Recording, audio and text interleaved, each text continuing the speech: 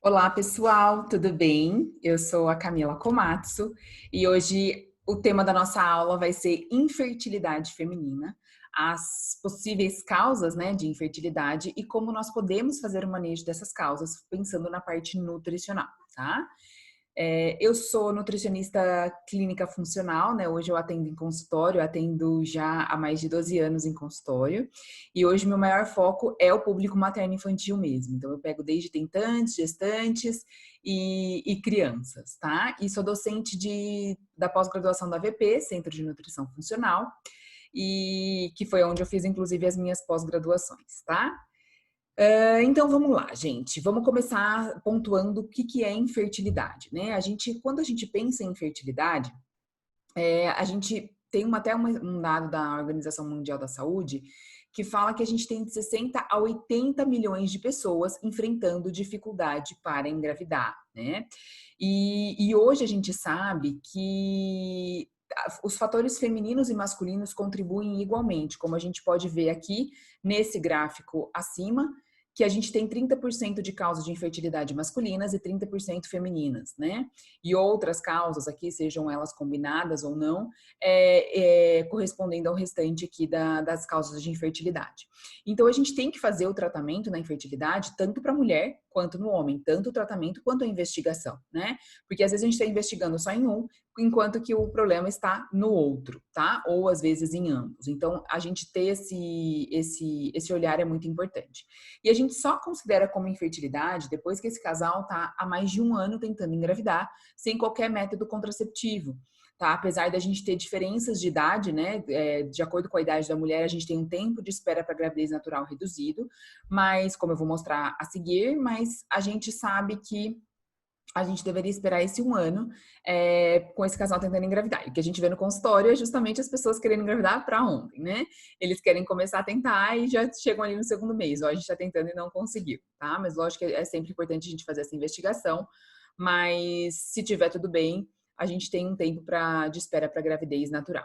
E os casais apresentam mais ansiedade, depressão, estresse, né? Então isso é muito comum que pode inclusive contribuir para a piora dessa fertilidade. Esse trabalho aqui desse ano, né, na verdade é até um capítulo de um livro, ele cita as principais desordens que podem levar à infertilidade feminina, tá? A grande parte dessa infertilidade feminina, gente, aqui por esse trabalho 25%, vem de desordens ovulatórias. Então pode ser uma síndrome dos ovários policísticos, pode ser uma anovulação, né? Então essa mulher ela tem alguma desordem ovulatória. 15% vem da endometriose, que nós vamos falar também dela aqui, 12% de adesões pélvicas, 11% de bloqueio tubário, então ela pode ter uma hidrossalpinge, ela pode ter um bloqueio ali, né, da passagem daquele ósseo nas suas trompas, então fazer essa investigação também é bem importante. Outras anormalidades tubárias e uterinas, 11%, e a hiperprolactinemia, que corresponde a 7% dos casos de infertilidade. Essa hiperprolactinemia, ela pode estar associada a estresse ou então a um tumor hipofisário, mas normalmente é relacionada ao estresse, tá? Por isso que o controle do estresse é tão importante. Outras causas bem comuns que eu pego de infertilidade feminina no consultório, né? Além da endometriose, como a gente citou no slide anterior, e do ovário policístico, que entra em desordens ovulatórias, né? Nós podemos ter alguns problemas, algumas alterações tiroidianas, causando também essa infertilidade. A trombofilia, que pode levar principalmente a abortos espontâneos. As alergias alimentares, então a gente sabe que o sistema imunológico dessa mulher está extremamente alterado, e isso pode prejudicar a fertilidade. E a doença celíaca, que também mais comumente leva a abortos espontâneos, tá? Vamos citar rapidamente todas aqui, até pelo nosso tempo, gostaria de ficar horas aqui falando com vocês disso, mas eu vou citar os principais pontos dessas desordens e como nós podemos tratar. Para isso, eu quero pontuar primeiro para vocês como que acontece o ciclo menstrual feminino, como que acontece essa ovulação, né? Então, a mulher, ela nasce, gente, já com os folículos primordiais e eles vão se amadurecendo, né? E vão se perdendo já ao longo da infância dessa menina. Então, ela, até chegar na menarca, que é a primeira menstruação, ela já teve uma redução do número desses folículos. E depois que aconteceu a primeira menarca, né? A primeira menstruação, que é a menarca, em cada ciclo menstrual, ela vai perdendo de 8 a 10 folículos ali, né? Na verdade, são até mais, mas a gente tem a maturação só completa de 1 ou 2, né? Ou às vezes até mais em casos de gestações gemelares, tá? Trigemelares, né? Mas comumente, né? O mais comum é acontecer o amadurecimento de um folículo só, tá? Então a gente tem aqui a chamada fase folicular, então a gente começa a ter o amadurecimento desse folículo, o recrutamento desse folículo aqui para se amadurecer, até por volta do 14º dia, que é quando ocorre a ovulação. Então, depois que aquele ócito chegou num estágio mais amadurecido dentro daquele folículo, ele é liberado lá nas nossas trompas e isso ocorre por volta de 14 dias, né, do ciclo menstrual, então no 14º dia. Depois, aquela estrutura onde estava, né, onde que formava o folículo aqui, forma o corpo lúteo, que vai produzir a progesterona caso essa mulher engravide, tá? Então, por isso que o nosso ciclo menstrual, né, ele é dividido em fase folicular, fase ovulatória e fase lútea, tá? Justamente por conta dessas alterações aqui que nós temos no mês. Então, aqui nós temos os hormônios que regem essas alterações, né? Então, nós temos aqui inicialmente o FSH. Então, o FSH lá no início do ciclo, ele tem um aumento, por isso que a gente dosar aqui, ó, no 3º dia, que acontece aqui, né? Aqui tá no 1º dia da menstruação, até o 7º, né? Essa fase da menstruação. Então, quando a gente dosa o FSH no 3º dia da ovulação, da menstruação, perdão, então desceu, a gente considera o 1º dia, a gente conta o 3º, dosando esse FSH, o ideal é que ele esteja abaixo de 10, tá? Pra gente saber que essa mulher está com uma boa ovulação, tá? Então ele sobe, depois ele cai e ele aumenta momentos antes da ovulação mesmo, né? Então ele tem um grande pico aqui e depois ele cai e se mantém baixo o restante do ciclo todo, porque o nome dele mesmo já fala, é folículo estimulante, a ação dele é justamente para estimular este folículo, né? Nós temos também o LH, que é um hormônio luteinizante, apesar dele dizer mais respeito à fase lútea, ele tem o seu pico aqui ainda na fase ovulatória, tá? Então essa linha tracejada em amarelo aqui, ele se mantém baixo a fase folicular toda e ele aumenta consideravelmente momentos antes da ovulação. É ele quem rege a ovulação, tá? Tanto que aqueles testes de ovulação que nós encontramos em farmácia, parecidos com testes de gravidez, eles dosam justamente o LH na urina. E aí depois esse LH cai e mantém baixo o restante da gestação toda. O restante do ciclo menstrual todo. E aqui nós temos o estrogênio, que o estrogênio ele acompanha inicialmente aqui a curva do LH, ele antecede um pouco essa curva do LH, né? Então ele sobe e cai, e só que no meio da fase lútea ele sobe de novo, tá? Então esse aumento desse estradiol aqui também acontece e depois cai caso ela não engravide. Se ela engravidar, esse estradiol só vai subir, tá? Ela não engravidou, então isso aqui cai. E a progesterona, que é essa linha em verde, que se mantém baixa a gestação, a primeira fase, a fase folicular inteira, e vai ter este aumento na fase lútea, né? Tá vendo que na fase lútea ela aumenta consideravelmente. Por que que ela aumenta? Caso essa mulher engravide, ela consegue se manter essa gestação, tá? E aí, mesma coisa com o estradiol. Se ela engravidar, essa progesterona só vai subir até o final da gestação, tá? Senão ela cai. Inclusive, aqui é um dos sintomas da TPM, né? Essa queda da progesterona e essa queda aqui do estradiol. Por isso que a gente fica virada na TPM, né? Com a queda desses hormônios aqui. Depois que a gente fez a liberação daquele ócito, né, secundário lá nas nossas trompas, então saiu do ovário aqui na fase ovulatória, liberou o ócito, a gente tem a fertilização desse ócito nas trompas, né, nas tubas uterinas. Então, o espermatozoide ele tem que chegar até aqui, onde vai ocorrer a fecundação não ocorre no útero, ela ocorre nas trompas. E essa estrutura já vai se desenvolvendo, passa pelo estágio de mórula, chega no estágio de blastocisto, e é nesse estágio de blastocisto que vai se implantar na parede do útero, tá? Que é chamado de endométrio. Então, a gente tem essa nidação, que é essa implantação, e ela vai ser bem sucedida aqui por volta do 27º e 28º dia, tá? Então, essa implantação aqui também é de extrema importância para que essa mulher tenha um sucesso na gestação. Então, pode ser um dos pontos falhos aqui em casos de mulheres com infertilidade, tá? Um grande problema que pode levar à infertilidade é justamente a obesidade. A obesidade, ela leva a uma inflamação crônica e ela vem de uma inflamação crônica, né? pode levar a uma hipercolesterolemia e resistência à insulina. E essas condições aqui levam a uma hipertrigliceridemia do fluido folicular, uma toxicidade do oócito induzida por lipídios, pode levar a uma apoptose das células da granulosa, diminui a reserva ovariana e leva a uma disfunção do corpo lúteo. Além de poder levar a uma síndrome dos ovários policísticos, diminui o SHBG, antecipa a idade da menarca e leva a uma subfertilidade, tá? E essas condições aqui, gente, essa menina pode levar essa subfertilidade para o resto da vida dela, né? Então, a mãe tendo obesidade na fase pré-concepção e durante a gestação, pode levar essa menina a uma subfertilidade lá na frente, tá? E a chance de concepção cai 5% para cada unidade de IMC acima de 29, tá? Então, por isso que a gente precisa ter esse controle do IMC, sendo que o IMC ideal, segundo alguns trabalhos para engravidar, é entre 20 e 23. Esse seria o ideal. Nós temos também um trabalho de maio desse ano falando a importância da microbiota na reprodução feminina, né? Então, nós temos várias microbiotas. Antigamente, a gente acreditava que o útero ele era um órgão estéril, mas nós sabemos que não é. Ele tem uma microbiota própria, as trompas têm uma microbiota própria, né? A vagina tem uma microbiota própria. E a gente ter esse equilíbrio nessa microbiota é de extrema importância, né? A gente pode ter, por exemplo, quadros de vaginose bacteriana, onde essa mulher não consegue ter uma implantação, tá? Então, a gente precisa cuidar dessa microbiota, né? Que isso vai depender de fatores sociais, né? De hábitos de vida, que aqui entram a alimentação.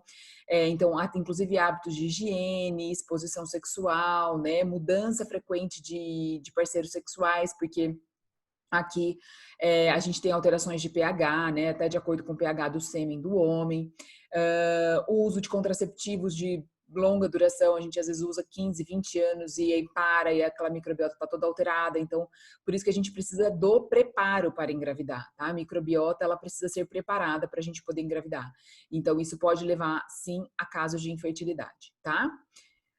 E a microbiota do parceiro, né? Do sêmen do parceiro, também vai afetar, ó, a saúde da prole, tá? Então, esse bebê, ele vai ser influenciado também pela microbiota paterna. Então, não é só pela materna, tá? Mas a gente ter essa regulação da microbiota é de extrema importância, tá bom? Na aula, quando a gente for falar de gestação, do preparo para gestação, a gente vai entrar um pouquinho mais nessa questão da microbiota, tá? Vitamina D, que é de extrema importância para a fertilidade também, tá, gente? Então, a vitamina D, a gente sabe, deixa eu puxar um pouquinho para cá para vocês verem melhor. A gente sabe que ela melhora a implantação, porque ela aumenta um fator de transcrição chamado de OXA10, tá? Então, ela melhora essa implantação, ela promove a maturação do folículo, ela tá deficiente em casos de ovário policísticos, resistência à insulina e miomas. Ela melhora a eficácia na reprodução assistida, então mesmo pacientes que já estão em processo de fertilização in vitro, ela é de extrema importância. Aumenta o lactogênio placentário e favorece a síntese de hormônio antimileriano, tá? Então ela é muito bem-vinda aqui, ela tem que estar com seus níveis, eu gosto sempre aqui pensando em fertilidade, a gente vai sempre trabalhar com os níveis entre 40 e 60, tá? Esses são níveis bons, então é uma vitamina que a gente tem que desprender, sim, muita atenção.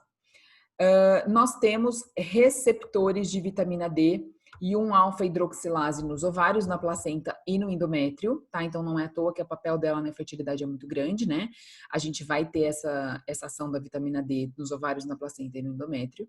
Ela suprime interleucina 1 beta e TNF-alfa, que são citocinas inflamatórias, tá? Que estão principalmente presentes em casos de endometriose.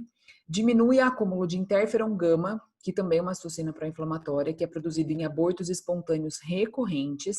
Então, cada aborto é um trauma, né, gente? Então, a gente tem que diminuir o trauma causado por esses abortos espontâneos, tá? Então, a vitamina D é fundamental nesse processo. E ela aumenta as taxas de sucesso na fertilização in vitro, até como a gente viu no slide anterior, tá? Só para vocês terem ideia do estímulo dela, né, no hormônio antimileriano, esse trabalho aqui, ele mostra justamente, ó, a exposição a vitamina D nos níveis de hormônio antimileriano, tá? Eles administraram 50 mil I de vitamina D, uma dose única, uma dose super alta, tá? Eu prefiro doses menores e contínuas, né, do que uma dose só semanal. Então, eu gosto aí de 2.000 I. Agora, nós podemos prescrever 4.000 I, tá? E muitas vezes a gente precisa chegar nesses 4.000 para conseguir aumentar essa vitamina D. E aí a gente tem um aumento, então, aqui do hormônio antimileriano no grupo que recebeu a vitamina D em relação ao controle. E o hormônio antimileriano, gente, ele expressa as nossas reservas ovarianas. Ele não mostra a qualidade de folículo, tá? Mas ele expressa as reservas ovarianas e ele modula a resposta dos folículos ao FSH. Tá? Então, ele é um ótimo parâmetro para a gente avaliar também. E a gente pode fazer essa avaliação do hormônio antimileriano em qualquer momento do ciclo. Essa é uma grande vantagem dele, tá? E o ideal é que ele esteja acima de 1,1. Esse é o valor de referência ideal do hormônio antimileriano, tá? Gestantes não, tentantes acima de 35 anos é sempre importante a gente fazer esse antimileriano, tá? Dá pra gente fazer no mesmo dia que a gente colhe, por exemplo, o FSH lá de terceiro dia que eu falei pra vocês, tá bom? Outras duas vitaminas que são de extrema importância na fertilidade feminina, não só na feminina, a gente vai ver aqui na masculina também, mas na feminina são as vitaminas C e a vitamina E, tá? Que são antioxidantes importantes, necessários para a foliculogênese e estão presentes no corpo lúteo. E o nosso tecido ovariano, ele é muito rico em vitamina C, tá? E por isso que ele tem tanto efeito assim na formação desses folículos, no desenvolvimento desses folículos.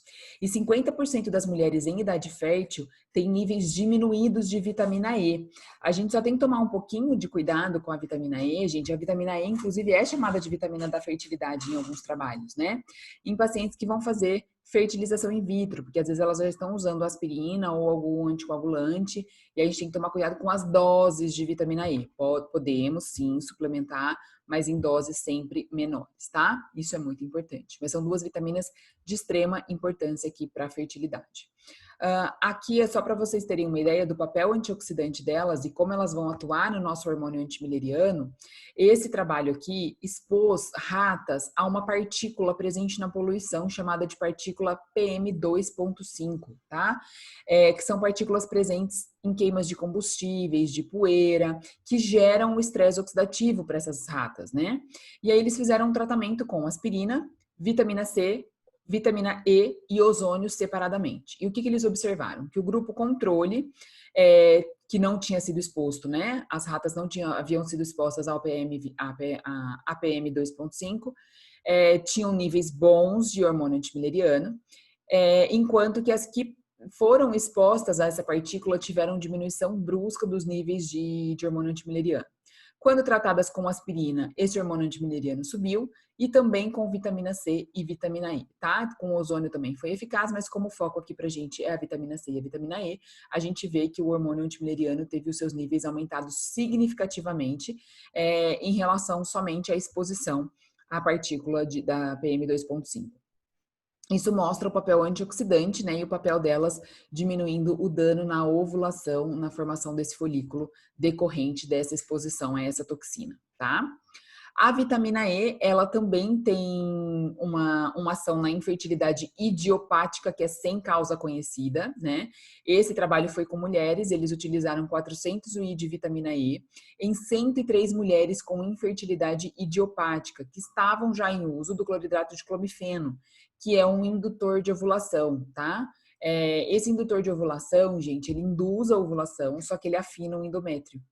Então, a gente pode estar, né, gerando aí uma complicação, porque a gente até estimula a ovulação, mas a gente vai afinando esse endométrio e a gente não consegue ter uma implantação adequada, tá? E olha como aumentou, né, o espessamento desse endométrio, gente, no dia que eles fizeram a coleta, né, do beta-HCG. No grupo que recebeu a vitamina E foi de 9,6, tá, a média. E no grupo que não recebeu a vitamina E foi de 8,2. Então, foi aqui significativo estatisticamente. As taxas de gravidez, né, as taxas de implantação e de gravidez não foram estatisticamente significativas, mas a gente observa que teve uma diferença, né? Na vitamina E, ó, foi de 16% a taxa de implantação contra 19% no grupo que recebeu a vitamina E, tá? Então, quando usar clomifeno, é muito interessante a gente usar junto, né? Quando este for o tratamento médico, é muito interessante a gente utilizar junto nutrientes que vão aumentar essa espessura desse endométrio, tá? Nós vamos falar de outros, mas aqui já é o primeiro, que é a vitamina E. E eles utilizaram uma dose boa de vitamina E, né? Não foi nada exorbitante, uma dose reprodutível, né? Que a gente consegue reproduzir isso na nossa prática clínica, que foi de 400 UI. Aqui, eles colocaram a vitamina E, tá? Eu gosto de prescrever um mix de tocoferóis, que é são os tocoferóis mais os tocotrienóis, tá? Então, eu sempre gosto de prescrever mix de tocoferóis, tá bom? Ele é um pouco mais caro, então não é para todo paciente que a gente consegue prescrever, infelizmente, tá? Mas quando possível, se puder ser essa mistura, é melhor do que somente a vitamina E, tá? Outro nutriente bem legal da gente trabalhar nessa fase de infertilidade é a coenzima Q10, tá? Ela protege a reserva ovariana, ela também tem uma ação no hormônio antimileriano. Ela diminui o envelhecimento ovariano, então quando a gente pega aquele FSH acima de 10, pode mostrar um envelhecimento ovariano, tá? Então a gente, se tá aquele FSH acima de 10 naquele de terceiro dia, a coenzima Q10 aqui é super bem-vinda. Ela melhora a responsividade à fertilização in vitro, melhora a homeostase ovariana e útero-placentária, melhora a espessura endometrial. Então, olha lá, outro que melhora a espessura endometrial, tá? Que é a coenzima Q10. E nós temos em alguns alimentos, apesar de que para a gente ter esses efeitos aqui em hormônio antimileriano e aumentar a espessura endometrial, tem que ser suplementação, tá? Então, a gente tem sardinha, cavala, carne suína, carne bovina, frango, brócolis, gergelim, feijão azul e espinafre, tá? Sardinha é uma das maiores fontes de coenzima Q10, então dá pra gente incluir, é um peixe super seguro para quem tá tentando engravidar, né? Até por conta do ômega 3, por ser um peixe pequeno, por ter baixa quantidade de mercúrio, consequentemente. Então, é muito bem-vinda, tá? Nesse trabalho, a gente vê também um aumento, né, da coenzima Q10 aqui, no hormônio antimileriano, e olha o FSH que eu falei para vocês, ó, de terceiro dia. Ele era de 12, então depois que usou a coenzima Q10, ele passou para 10, tá? Então aqui foi significativo, estatisticamente falando, tá? Então ela tem uma ação, e aqui eles utilizaram, deixa eu até afastar aqui para vocês verem, mas eles utilizaram 200 miligramas de coenzima Q10 3 vezes ao dia, tá? Isso significa 600 miligramas dia de coenzima Q10, tá bom? Eu normalmente uso, gente, 300, 400 miligramas de coenzima Q10, tá? É o que eu acabo utilizando mais aí na minha prática clínica, porque a gente não vai dar só a coenzima Q10, a gente vai dar coenzima Q10, a gente vai dar vitamina E, a gente vai dar vitamina C, a gente vai dar vários nutrientes, então eles têm efeito sinérgico, tá? Outro nutriente aqui importante é o aminoácido arginina. A arginina, ela tem uma ação na implantação bem bacana, tá? Ela melhora o fluxo sanguíneo uterino, então inclusive até para bebês que estão em restrição de crescimento, ela é bem interessante, né? Ela melhora a resposta ovariana à gonadotropina, ela melhora a receptividade endometrial, aumenta as taxas de gravidez na fertilização in vitro, aqui o crescimento fetal que eu falei para vocês, né? E melhora a pré-eclâmpsia, previne a pré-eclâmpsia. Por que ela faz isso? A arginina, gente, ela aumenta óxido nítrico. Por aumentar óxido nítrico, ela causa uma vasodilatação. Fazendo vasodilatação, a gente consegue aumentar o aporte de oxigênio e de nutrientes, né? Até para a gente conseguir ter uma boa implantação e quando esse bebê está deixando de crescer também, tá? Então, ela é muito bem-vinda aqui. E, além de tudo, ela é antioxidante. Então, quando essa mulher tem uma infertilidade com estresse oxidativo associado, que é a grande maioria das vezes, ela vai ter uma ação antioxidante também. Então, ela é muito bem-vinda, tá? Ela melhora, então, o fluxo sanguíneo aqui, o útero placentário, e, consequentemente, melhora o desenvolvimento fetal, embrionário, né? O crescimento fetal e o desenvolvimento, tá? E nós temos algumas fontes alimentares de arginina, como por exemplo as castanhas, tá? Castanha de caju, avelã, castanha do Pará e nozes. Nozes é a que mais tem, tá? Só que um efeito colateral, gente, da arginina é aumentar a virulência do vírus da herpes, tá? Da herpes simples, da zoster também. Então tomem bastante cuidado, tá? Com o consumo da L-arginina. Se ela for prescrita e a pessoa costumar ter herpes sempre, né, for indicativo de prescrição, mas ela tiver muita herpes, vale a pena vocês associarem a L-lisina, tá? A L-lisina é um outro aminoácido que tem um efeito de diminuir justamente essa virulência do vírus da herpes, tá? Então a gente consegue diminuir esses efeitos. Nós temos um outro aminoácido aqui envolvido na fertilidade também, que é a L-carnitina, tá? né, ela tem um efeito antioxidante, um efeito antiapoptótico e um efeito anti-inflamatório, tá? Então, ela é muito interessante em todas essas funções reprodutivas, tá? Além de outras funções. E olha só que interessante, ela poupa a vitamina E também. Então, além dela ter o efeito por si só, ela ainda tem um efeito indireto que vem através, por meio, né, da vitamina E, tá? O que ela faz, essa L-carnitina? Ela aumenta a secreção de LH e de FSH, ela reduz a secreção de prolactina e ela aumenta a produção de estradiol e de progesterona, tá? Que são hormônios super bem-vindos para uma gestação conseguir acontecer.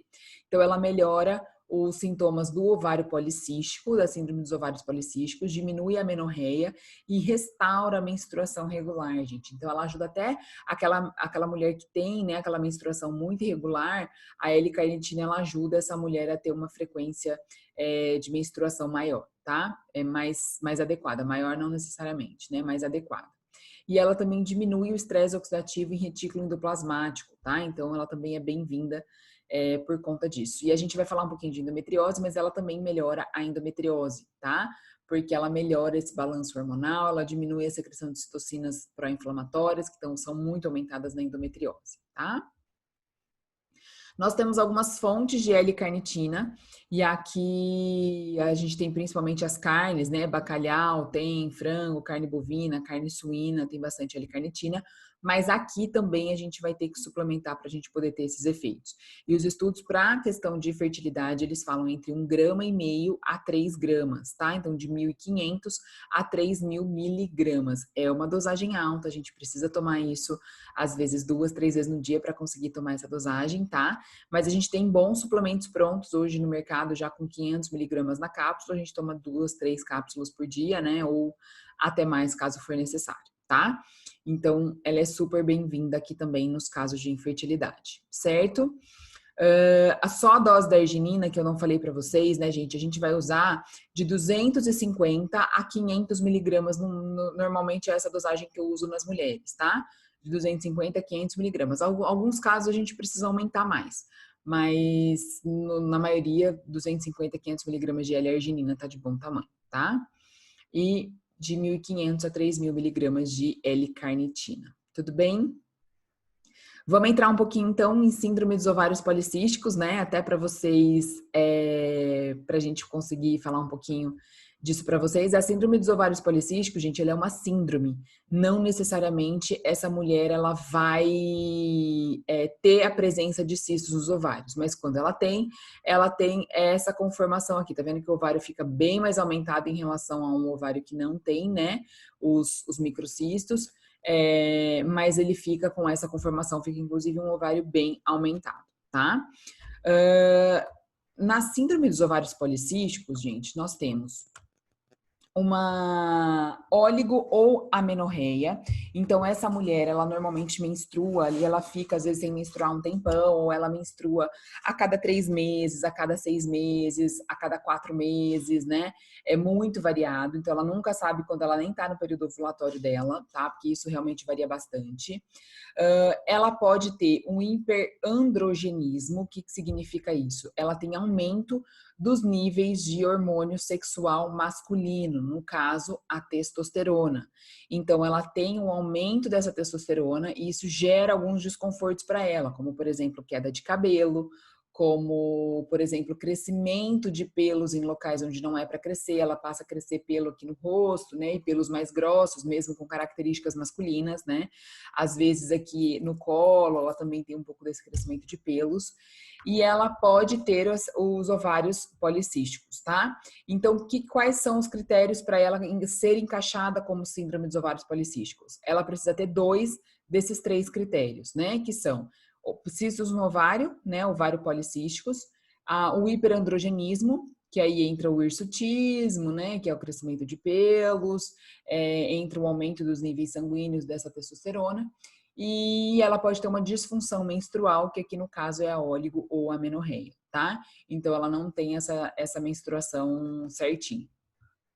E esses fatores aqui, gente, esses critérios de diagnóstico, né? Então, ela pode ter esses 2, por exemplo, como a oligoamenorreia, né? E a o hiperandrogenismo, e não ter o cisto no ovário, e ser encaixada como síndrome dos ovários policísticos, tá? Ela pode ter, justamente por conta aqui dessa oligomenorreia, ela pode ter um risco aumentado de infertilidade, de perdas gestacionais, de complicações da gestação. O hirsutismo pode levar a uma desregulação metabólica, tá? Que é obesidade, resistência à insulina e dislipidemia. Tanto é que a síndrome dos ovários policísticos, gente, está muito relacionada à resistência à insulina. Essa é uma das grandes bases do tratamento nutricional da síndrome dos ovários policísticos, tá? A gente vai ver isso nas condutas. E os próprios cistos no ovário, né? Também pode levar essa mulher a um risco aumentado de diabetes tipo 2 e hipertensão e esteatose alcoólica esteatose hepática não alcoólica, tá? Esse trabalho, ele é muito bacana. Deixa eu colocar aqui a minha telinha bem para cá para vocês conseguirem ver.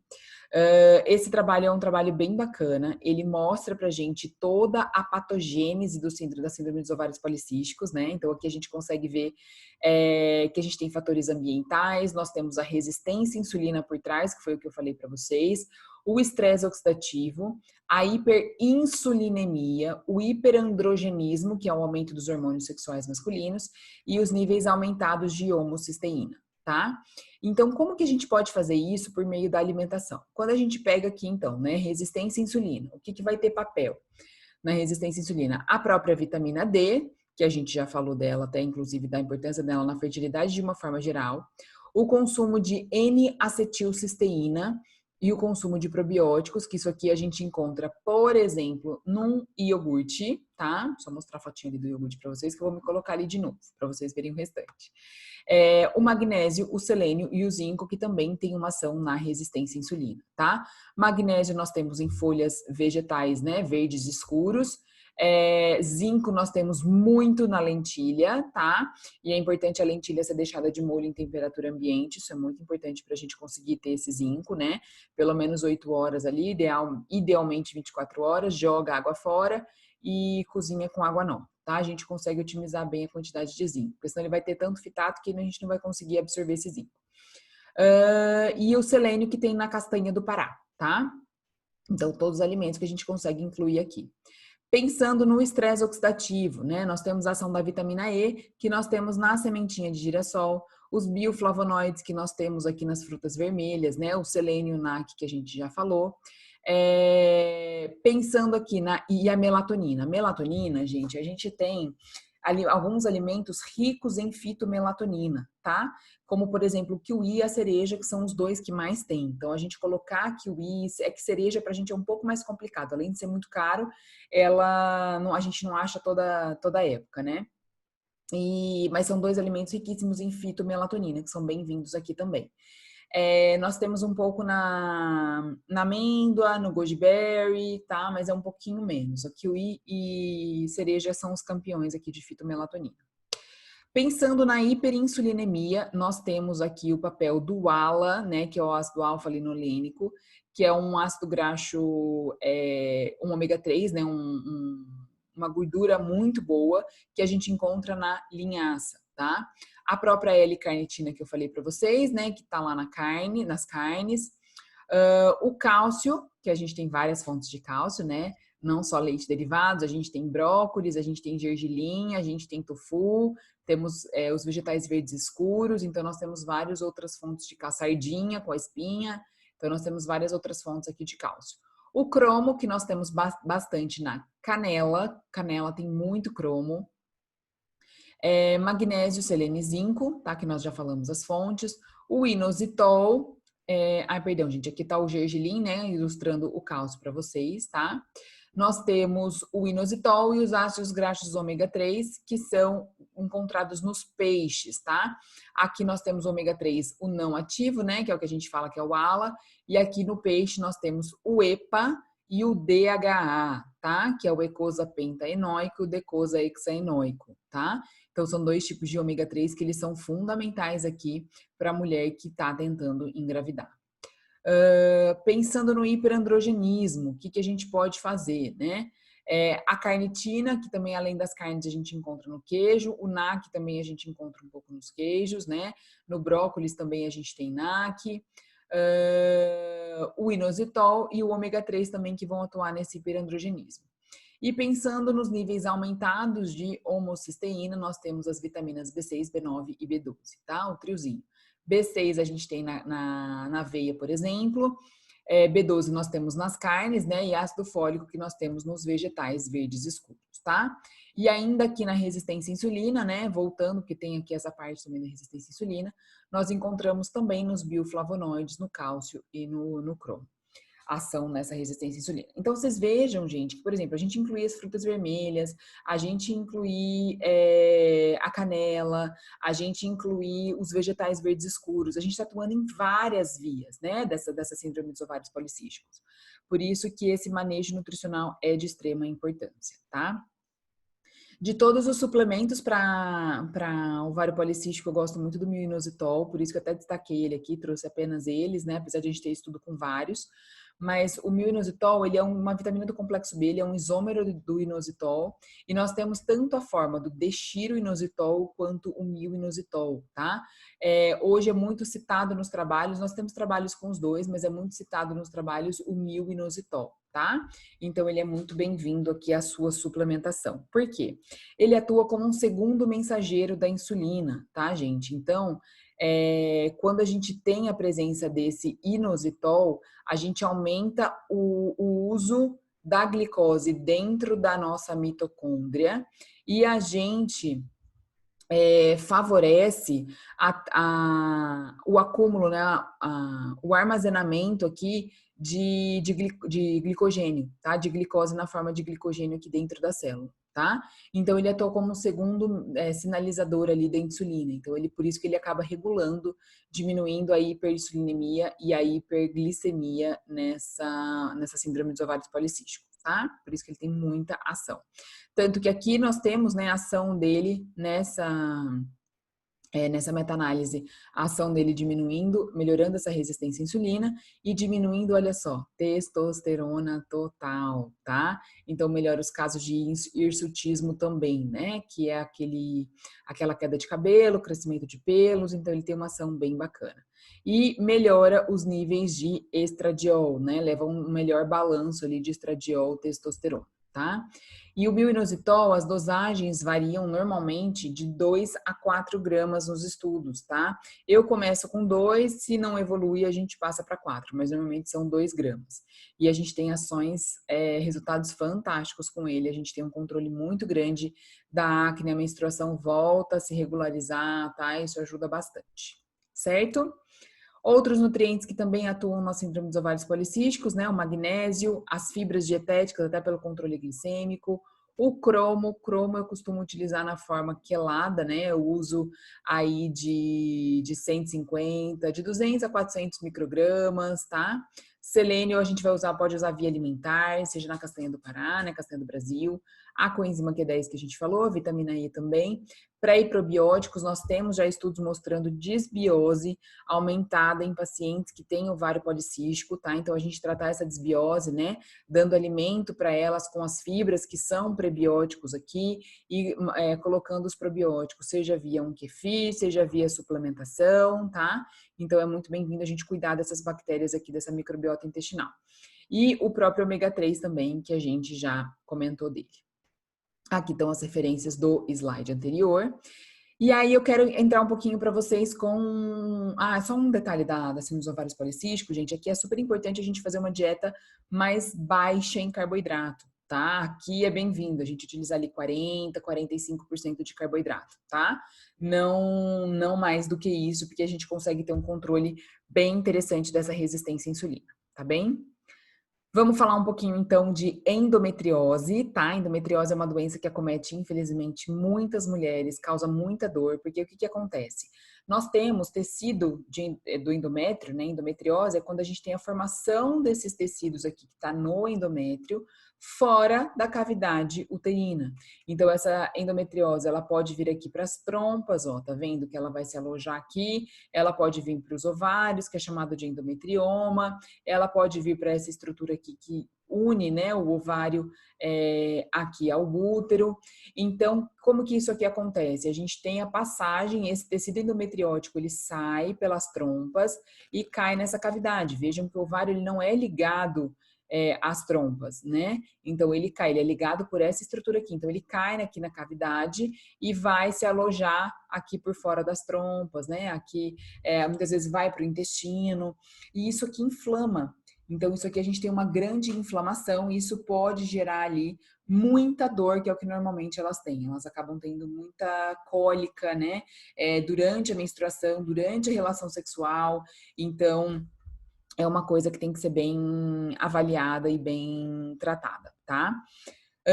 Para que esses implantes endometrióticos aconteçam, né, eles acabam inflamando, então a gente tem um aumento dessa dor justamente causada por essa inflamação, a gente tem um aumento desse estresse oxidativo, a gente tem aumento da produção de estrogênio local, inclusive a própria lesão endometriótica consegue produzir estrogênio. Então, enquanto que o síndrome dos ovários policísticos ela é regida pela testosterona, né, ela é regida pelos androgênios, aqui na endometriose não, ela é regida pelo estradiol, tá? Pelos estrógenos. Ela tem uma apoptose diminuída. O que é apoptose? Morte celular programada, né? Então, esse tecido endometriótico, ele bloqueia essa apoptose. Ele não consegue ser morto, tá? Ele não consegue passar por essa morte celular programada. E ele tem também, a gente tem na endometriose um aumento da angiogênese. O que é angiogênese? Crescimento de novos vasos. Então, crescendo novos vasos, vai alimentar aquele tecido endometriótico cada vez mais com oxigênio e com nutrientes. Esse tecido endometriótico só vai crescer mais e mais, tá? O que a gente tem de trabalhos, né, mostrando aqui uma melhora dessa endometriose?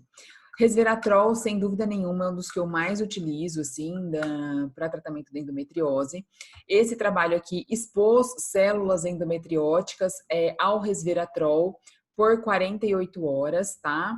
Então, eles pegaram tanto de mulheres que tinham endometriose, quanto as que não tinham, e avaliaram o crescimento, a produção, né, por essas células, tanto de IGF-1, que é o fator de crescimento semelhante à insulina 1, e o HGF, que é o fator de crescimento do hepatócito. E o que eles observaram? Que nas células ectópicas, ou seja, nas células endometrióticas, né, que elas estão fora do local onde elas deveriam estar, quando expostas ao resveratrol, elas tiveram muito menor produção de IGF-1, o que foi muito bem-vinda, o que é muito bem-vindo, né? Em relação às células que não foram expostas ao resveratrol. E o mesmo aconteceu com o HGF, né? Então, as células que foram expostas ao resveratrol produziram muito menos HGF em relação às células que não foram expostas ao resveratrol. Então, ele teve uma ação muito importante aqui no controle da produção desses fatores de crescimento. Quanto mais fatores de crescimento, o próprio nome diz, mais essas células ectópicas irão crescer, tá? Então, o resveratrol, a gente vai utilizar normalmente 50 miligramas, é a dosagem usual dele, tá? E tem que ser suplemento, gente, infelizmente, porque para a gente conseguir atingir 50 miligramas de resveratrol com vinho, a gente vai ter que tomar muito vinho, tá? Pra gente ter 1 grama, para vocês terem ideia, né? Que seriam 1000 miligramas de resveratrol, a gente teria que tomar 15 mil litros de vinho, tá? Então, assim, não dá, né? Aí a gente já causou uma desbiose absurda, já ficamos alteradas e já fomos pro AA, né?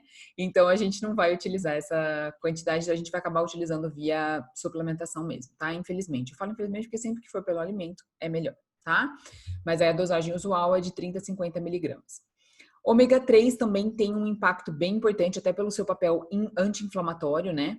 Esse trabalho mesmo fala que a cada 1% da energia vinda do ômega 3 e não das gorduras trans, diminui o risco de endometriose em 50%. Então, é uma diminuição bem significativa, tá? Então, dá pra gente trabalhar com esse ômega 3, e aqui a gente vai utilizar inclusive doses um pouco mais altas. Aqui eu costumo trabalhar com 1 grama de ômega 3, sendo EPA e DHA, tá? Então, sempre que a gente pegar a cápsula de ômega 3, a gente tem que olhar lá atrás quanto que tem de EPA e DHA, somar os dois e tem que dar ali em torno de 1 grama. As cápsulas mais concentradas normalmente têm 330 miligramas de EPA e 220 de DHA, a gente usa de 2 a 3 por dia aqui na endometriose, tá? A carne vermelha tem um papel terrível aqui na endometriose, né? Porque ela tem poluentes orgânicos, ela tem estrogênio, ela tem um ferro M, que é mais inflamatório. Lembrem que o ferro tem o seu papel inflamatório também. E ela tem ácido palmítico, tá?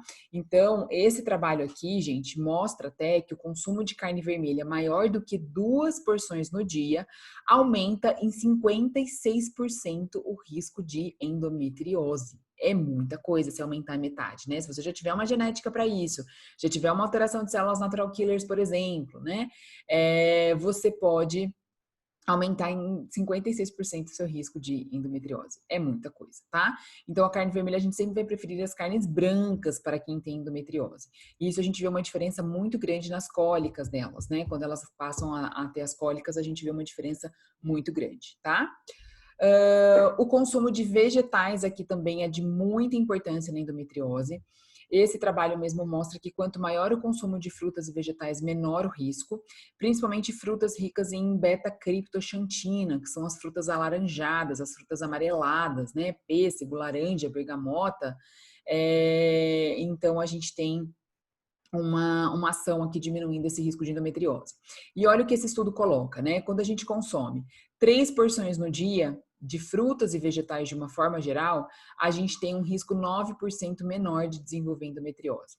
Quando a gente consome 4 porções ao dia, a gente tem um risco 10% menor. E esse menor, gente, é em comparação com mulheres que consomem menos de 2 porções no dia, tá? Quando a gente consome 5 porções no dia, a gente tem um risco 18% menor. E quando a gente come mais do que 6 porções no dia, a gente tem um risco 12% menor, tá? Olha que interessante, 5 porções tem um efeito melhor do que 6 porções, né? Então, 5 porções de frutas e vegetais no dia parece ser um número aí cabalístico, né, da proteção contra a endometriose. Por isso que nos Estados Unidos até é muito falado do 5 a day, né? 5 porções de vegetais ao dia, incluindo as frutas, verduras e legumes. Então, isso é muito bem-vindo aqui para a diminuição do risco da endometriose. Nós temos aqui também o NAC, que é a N-acetilcisteína. Eu trouxe esse trabalho porque eu uso muito NAC para endometriose. Esse trabalho, eles utilizaram 600 miligramas de NAC 3 vezes ao dia, 3 dias consecutivos da semana, por 3 meses. E o grupo que recebeu o NAC, 24 das pacientes que estavam recebendo NAC cancelaram a videolaparoscopia, que é o exame que fecha mesmo o diagnóstico da endometriose, né? E muitas vezes eles fazem essa cirurgia já para reparar a endometriose, já para fazer o diagnóstico e para reparar, né? Elas cancelaram a videolaparoscopia por diminuição ou desaparecimento dos cistos, redução da dor ou gestação. Tá? Então, assim, o NAC ele tem uma ação na endometriose fantástica. E aqui, como a gente está usando várias outras coisas junto, a gente está fazendo todo o manejo nutricional, a gente não vai utilizar 600 miligramas 3 vezes ao dia. Aqui a gente pode utilizar 1.200 miligramas só, 600 miligramas, a gente já vai ter um efeito bem significativo, tá? Mas ele é bem bacana da gente trabalhar, eu acho que é um nutriente aí, um suplemento que vale bem a pena, tá? Pensando em outros pontos aqui então, né, pra gente finalizar. Da fertilidade feminina, que nós não falamos, a síndrome dos ovários policísticos e endometriose nós falamos, né? Mas vamos pensar um pouquinho, então, nos problemas tireoidianos. Aqui a gente tem que pensar, gente, que a tireoide, ela tem que estar extremamente regulada, tá? Para que essa mulher, caso ela engravide, né? Ela, inclusive, consiga manter essa gestação, tá? Então, o ideal é que ela esteja sempre com TSH ali até 2, até 3 no máximo, mas 2 seria o ideal, até 2, tá? E para isso, muitas vezes a gente precisa regular o consumo de alguns nutrientes, né? Como, por exemplo, o selênio, que tem um papel na formação desses hormônios tireoidianos, o iodo, que muita gente esquece dele, né? É muito importante a gente avaliar os níveis desse iodo, porque a gente está acostumado a pensar mais em excesso de iodo e não em deficiência. E as minhas pacientes, as que eu pego, a grande maioria tem mais deficiência, porque são pacientes que já têm uma preocupação com a alimentação, já comem pouco sal, não comem alimentos industrializados. Então, avaliem o iodo. A gente pode fazer tanto o urinário, quanto a tireoglobulina, que a gente só pode fazer quando a mulher não tiver Hashimoto, quando ela não tiver a presença do alto anticorpo, né, antitireoglobulina, tá? O magnésio, o ferro e a coenzima Q10, que também tem uma ação aqui, tá bom? Lógico que tem vários outros nutrientes, tá? Mas aqui são os de maior destaque. O cromo, por exemplo, entra aqui também, tá? Mas esses aqui são os de maior destaque. Então, avaliem a tireoide tem que estar bem redondinha para ela não poder ter um quadro de infertilidade. Obesidade, então a gente vai tratar essa obesidade, né, com as catequinas, então usar o chá verde aqui nessa fase é excelente antes dela engravidar, né, depois que engravida não pode mais. Antioxidantes, regular ciclo circadiano, é a tríade da perda de peso, né, gente, alimentação, exercício e sono reparador, tá? Então fazer essa mulher dormir melhor vai melhorar consideravelmente a fertilidade dela, tá? E a doença celíaca, gente, que até eu falei para vocês, né, que a doença celíaca e a trombofilia, né, que eu falei lá no começo, elas estão muito relacionadas a perdas gestacionais. Então, quando a mulher tem lá, aparece pra gente com 4 perdas, 5 perdas, alguma dessas duas coisas normalmente ela tem, tá? Então, façam essa investigação. A trombofilia a gente não tem tanto manejo nutricional, tá? O manejo é mais médico mesmo, que é o uso do anticoagulante. Só que a gente precisa despertar esse olhar, né, pra gente encaminhar para o médico para ter esse diagnóstico, tá? E na doença celíaca, a gente tem que fazer o quê? Reparar a mucosa desse intestino, que está extremamente lesionado, né? Ele foi extremamente agredido por conta do consumo do glúten, ela tem que tirar 100% esse glúten. Por isso que a gente não pode tirar glúten de paciente antes de ter esse diagnóstico, tá? Então, sempre que suspeitar de algum sintoma de doença celíaca, façam essa avaliação, encaminhem para o gastro para fazer uma biópsia ou façam a sorologia mesmo, né? Não fecha diagnóstico, mas a gente já tem uma boa noção. E para a gente descartar essa possibilidade, porque tanto a trombofilia quanto a doença celíaca podem levar a perdas gestacionais. Então, essa mulher pode até engravidar, ou ela vai ter uma dificuldade muito grande e ela fica tendo várias perdas, né? E aí, só depois de várias perdas é que vão investigar. Então, doença celíaca, a gente sempre vai investigar sempre vai tratar o intestino dessa mulher, até para ela não ter, por exemplo, uma anemia caso ela venha engravidar, né, prejudicando o desenvolvimento do bebê, o desenvolvimento dela. Então a gente vai trabalhar com mucosa, a gente pode usar o colágeno, por exemplo, rico em glicina. A glicina, ela melhora a permeabilidade intestinal, né? Então é um nutriente aí bem-vindo. Eu gosto de usar o colágeno, né, como fonte de glicina. Dá para a gente utilizar a própria glutamina, né, que é muito falada também para essa recuperação intestinal, tá? As fibras prebióticas, né, para depois, num segundo momento, a gente entrar com os probióticos, a gente avaliar os níveis de ferro dessa mulher, porque provavelmente eles vão estar baixos por conta da má absorção, e aí a gente já suplementa esse ferro para que ela não entre em deficiência, tá? Então, não entre numa gestação já deficiente, né? Então, a gente sempre tem que pensar nessa recuperação intestinal na doença celíaca, até para conseguir favorecer essa mulher a engravidar, tá? Porque a deficiência de nutrientes que ela tem, gente, pode muitas vezes fazer ela não conseguir engravidar, tá bom? Então, acho que eram esses os pontos. Só uma atenção aqui que eu peço especial para o chá de hibisco e para o consumo de café, tá? Porque a gente sabe que isso pode trazer algumas complicações, né? O chá de hibisco ele tem um efeito anti-implantação, então ele não deixa o embrião se implantar, o blastocisto se implantar ali na parede do útero, né? No endométrio. Então a gente não toma chá de hibisco, tá? E a gente precisa de 3 meses, pelo menos, totalmente sem, para ter o efeito 100% revertido, tá? Então, nem na primeira fase do ciclo menstrual, por exemplo, não dá pra gente usar quando ela tá tentando engravidar. Não é que se ela tomou alguma vez na vida, ela vai ficar infértil pro resto da vida. Esse efeito é 100% revertido, tá? Só que ela precisa de 3 meses para isso. Então, se lá a gente tá fazendo o preparo dela para engravidar pro ano que vem, né? A gente tem esses 3 meses, pode usar por enquanto, depois tira, tá? E outro que merece atenção especial aqui é a cafeína, tá? A cafeína em excesso, que seria mais do que 2 xícaras de 150 ml de café coado, tá? Se for o expresso, são 50 ml. Não vamos fazer 3 expressos lá e considerar uma xícara, né, de 150. 150 de café coado. Acima de 2 xícaras, a gente pode ter um risco de aborto espontâneo, tá?